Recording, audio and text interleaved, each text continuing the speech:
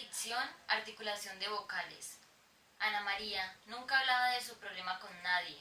Sentía que todos iban a pensar que estaba loca, y tal vez sí, pero preferiría pensar que lo que vivía era real y no atormentarse la cabeza al creer que por un momento todo era producto de su imaginación. Alargamiento de vocales.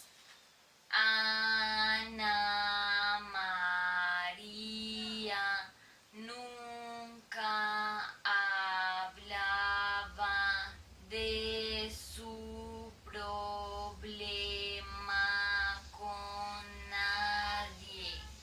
Sentía que todos iban a pensar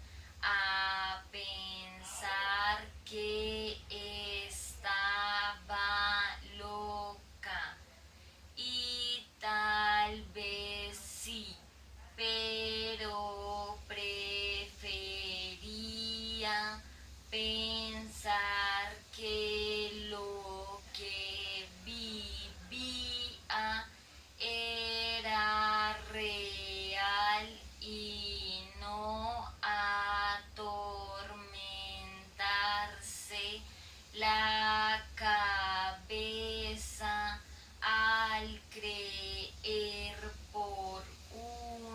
un momento que todo era producto de su imaginación.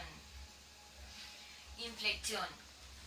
Ana María nunca hablaba de su problema con nadie. Sentía que todos iban a pensar que estaba loca, y tal vez sí, pero preferiría pensar que lo que vivía era real y no atormentarse la cabeza al creer por un momento que todo era producto de su imaginación.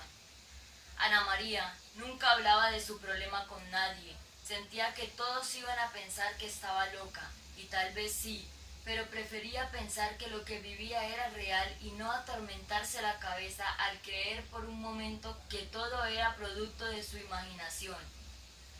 Intensidad y caracterización. Ana María nunca hablaba de su problema con nadie. Sentía que todos iban a pensar que estaba loca, y tal vez sí, pero prefería pensar que lo que vivía era real y no atormentarse la cabeza al creer por un momento que todo era producto de su imaginación. Ana María nunca hablaba de su problema con nadie. Sentía que todos iban a pensar que estaba loca, y tal vez sí, pero prefería pensar que lo que vivía era real y no atormentarse la cabeza al creer por un momento que todo era producto de su imaginación.